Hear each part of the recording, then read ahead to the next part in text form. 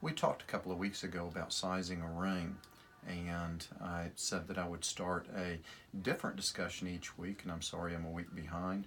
But today's discussion is going to end up being on rhodium plating items. A lot of individuals always ask, what is rhodium? Why do I need rhodium?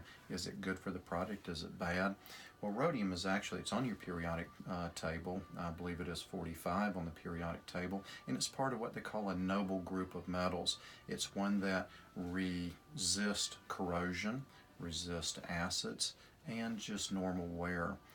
So it holds up very, very well to all circumstances. Why do we use it? Because it's mainly used on white gold. When you end up mining gold, it's yellow gold.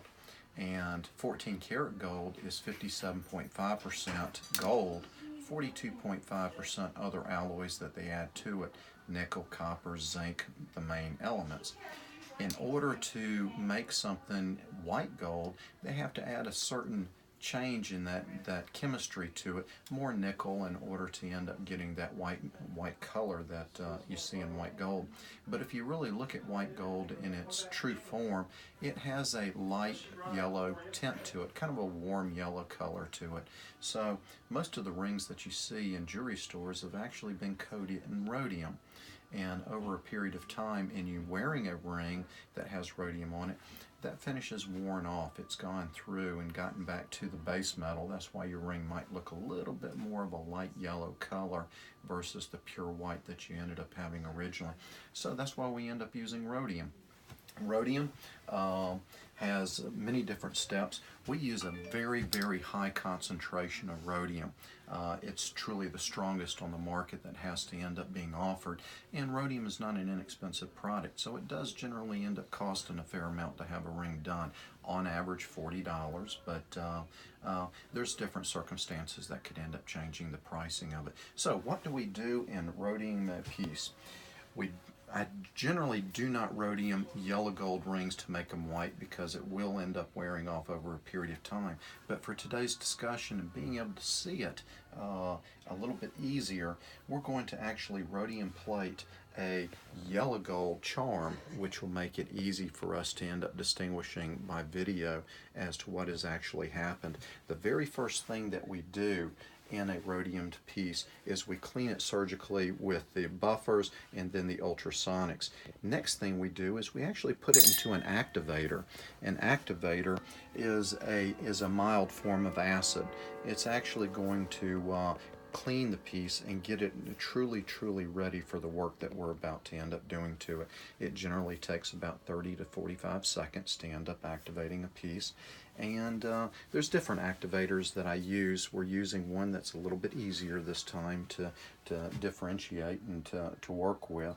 But I went ahead earlier and put this piece in an activator, so I was just using it for show more than anything. So I'm going to take the piece out, and we find a very, very clean towel. We always use something that's very, very clean to end up working off of. We dry it. We refuse to touch it with our hands. We do not touch it with our hands. Then we uncover our rhodium. This is our rhodium solution, which has a high sulfuric acid content to it, along with the rhodium itself.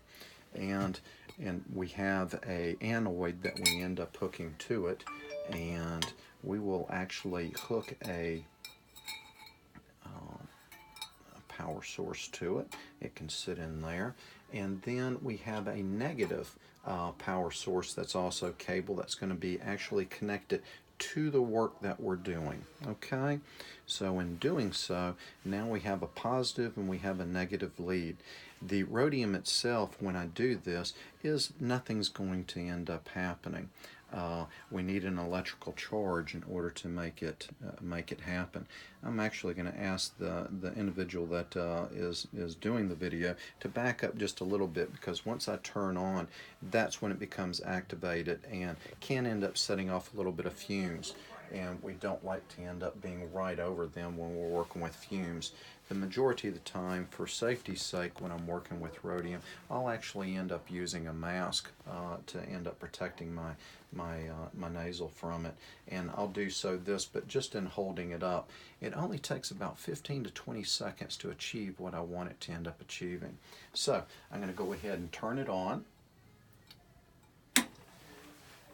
We can actually see the solution starting to bubble as it actually ends up working. It's the rhodium working with the acid and attacking the item in which we are plating.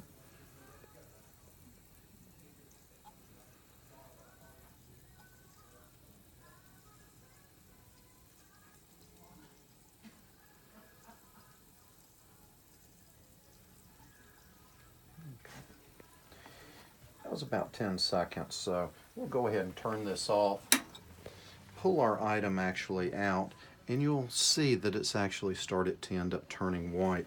We immediately take that item without touching it, because it does have sulfuric acid in it, and we want to drop it into just normal H2O, regular water. Okay, we'll let it sit for a couple of seconds.